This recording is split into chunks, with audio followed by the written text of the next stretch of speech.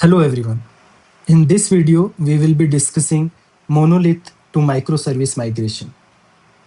Let's get started.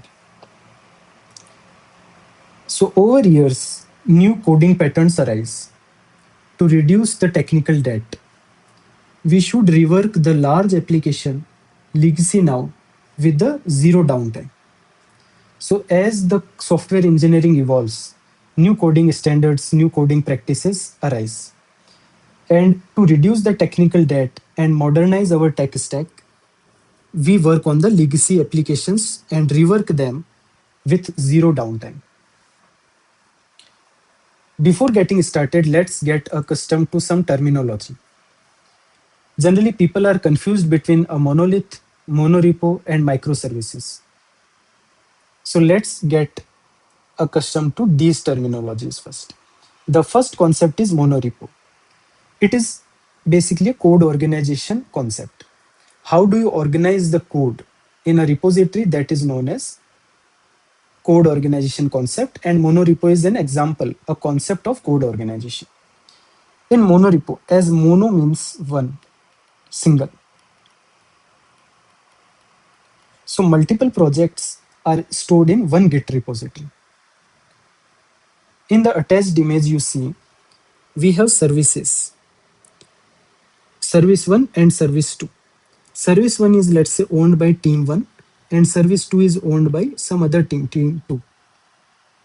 You see that these two services are put inside the single Git repository.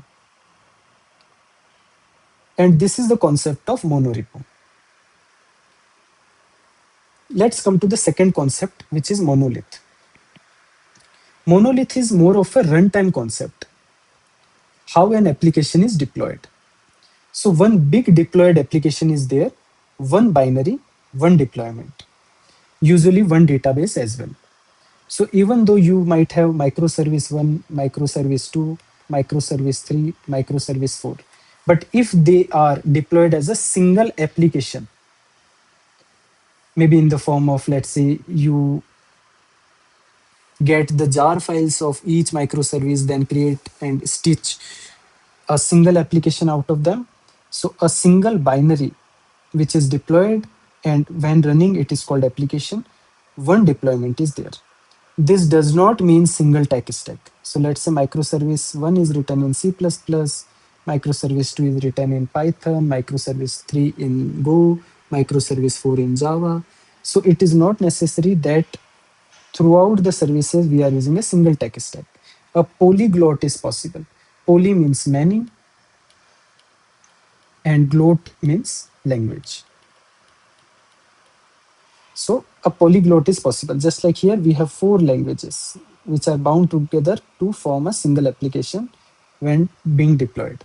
But conventionally, for simplicity, monoliths prefer one tech stack, mostly Java ecosystem. So even though multiple languages can be there, for the simplicity purpose, monoliths prefer one tech stack. So now let's simplify. Repo style is monorepo or multi-repo. In monorepo, multiple applications are put in a single Git repository. Multi-repo is each service is having their own dedicated Git repository. This is the architecture, the deployment part. So a monorepo can have the monolith architecture. A monorepo can also have microservices architecture. Multi-repo can have monolith, multi-repo can have microservices. So if I draw like this, monorepo and multi-repo, and here I have monolith and microservices, then the arrows can be drawn like this. Any combination is possible.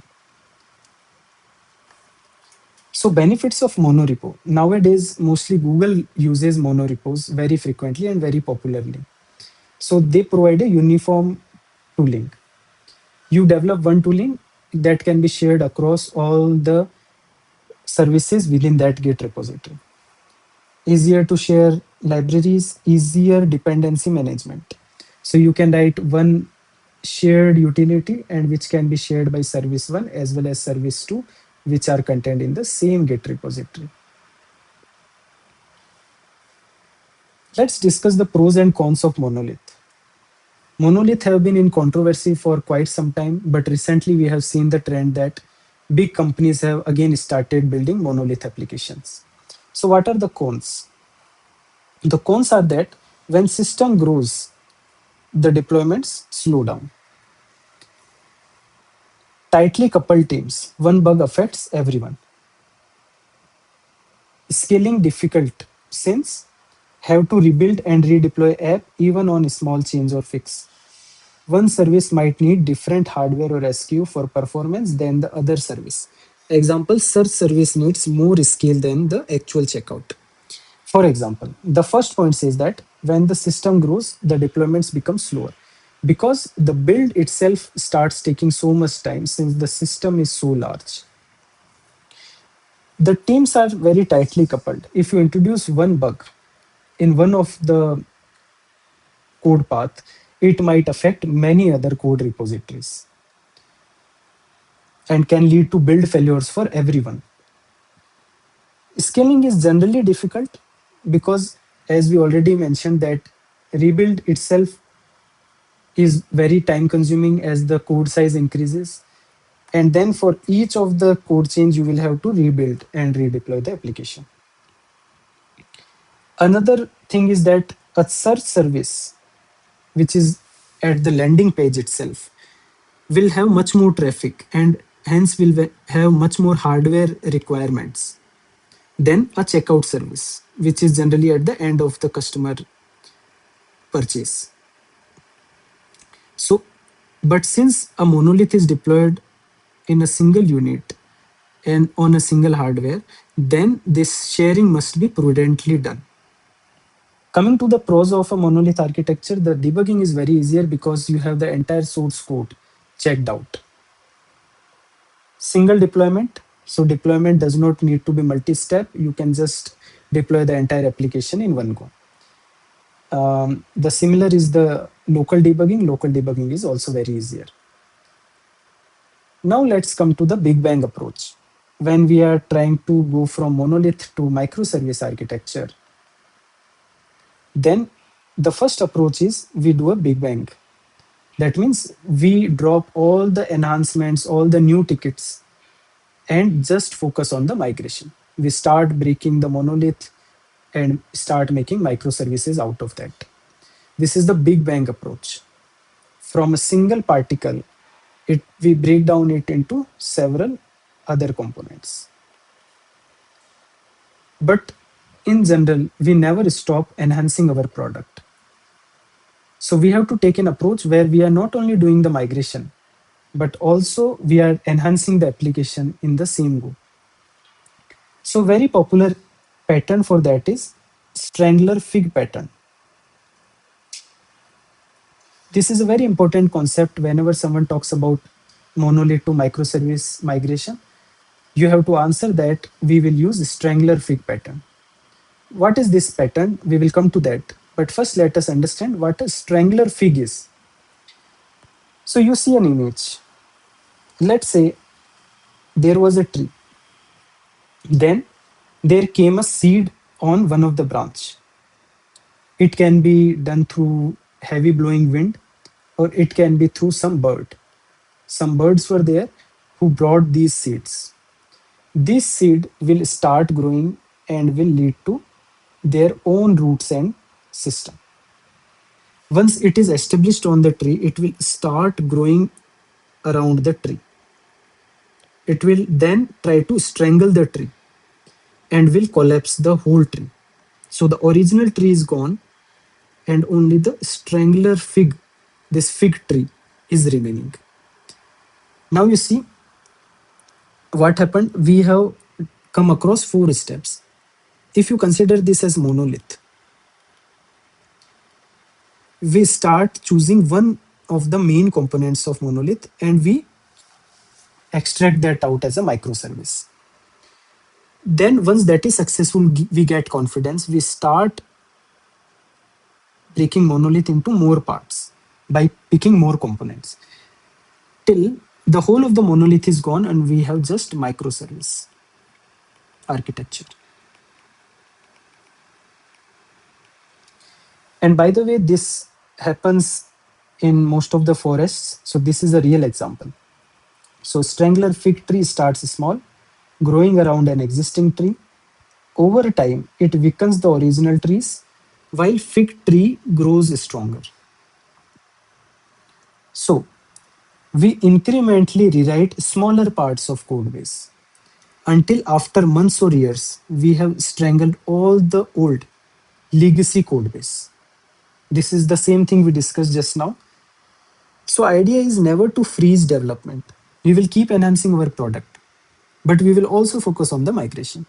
System must keep running entirely for the revenue and no impact. This is done using a feature flag. So generally, whenever we release any new feature, we have something known as a feature flag. If only some client has enabled that, or we have enabled that explicitly, that feature will be available to the customers. So we won't roll it out to the whole of the customers in one go. We will have something known as a feature flag, and our new feature will be hidden behind that. So in case something goes wrong, we can just turn the feature flag as off and this feature is gone from the customer perspective and we can start debugging. Generally, Monolith has a big database. Eventually, each microservice will own its own database so that we can reduce the coupling between microservices. Eventually, Monolith will not be doing anything.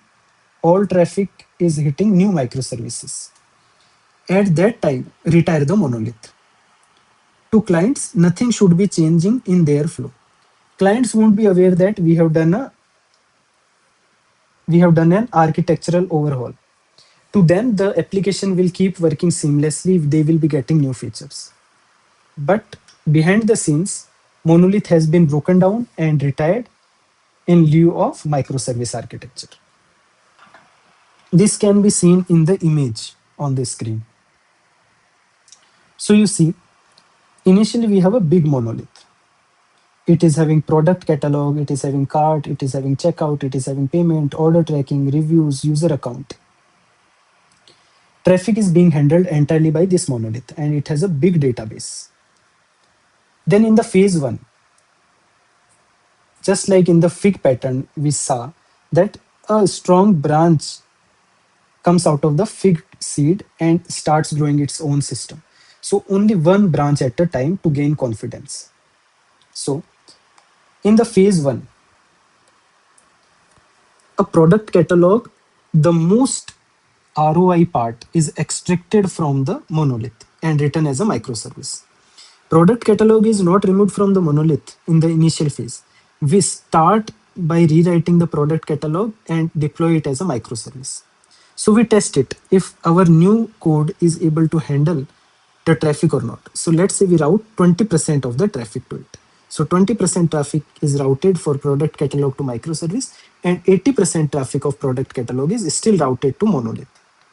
Once we get the confidence that our microservice is working fine, we will remove the product catalog from the monolith. So in the third image, you see product catalog has been removed in the phase two and the 100% traffic is routed to the microservice.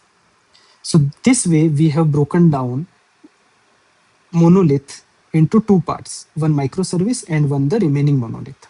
Now the same process can be applied to rest of the services: cart, checkout, payment, order tracking, reviews, and user accounts. So this is how generally we break the monolith into microservices using Strangler Fig pattern. And this routing is generally done by Strangler Facade. It is a kind of an API gateway you can consider, which is deciding how much traffic to route to the new microservice. So different microservices can use REST, gRPC APIs synchronously or message queue like ActiveMQ or Kafka, etc. for asynchronous communication.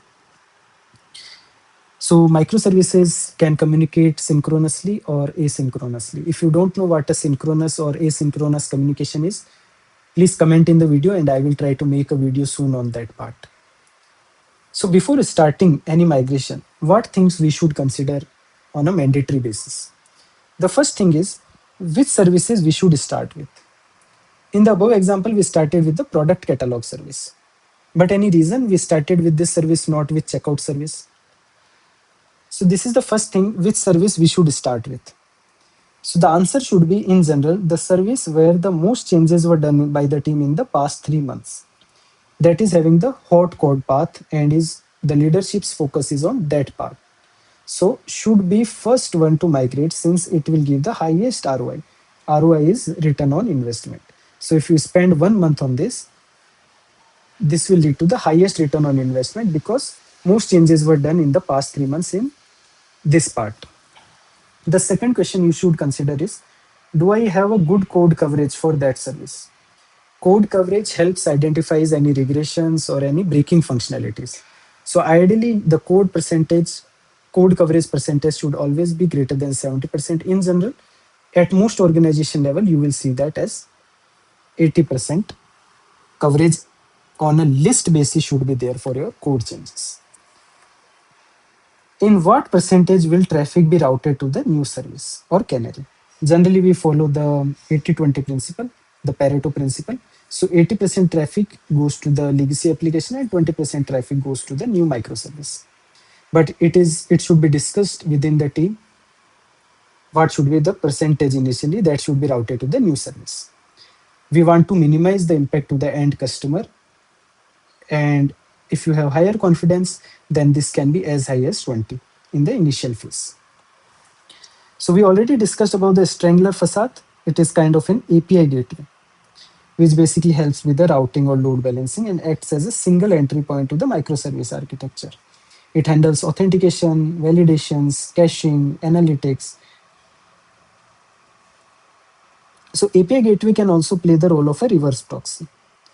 A reverse proxy is primarily for just traffic routing or load balancing, example Nginx or high availability proxy.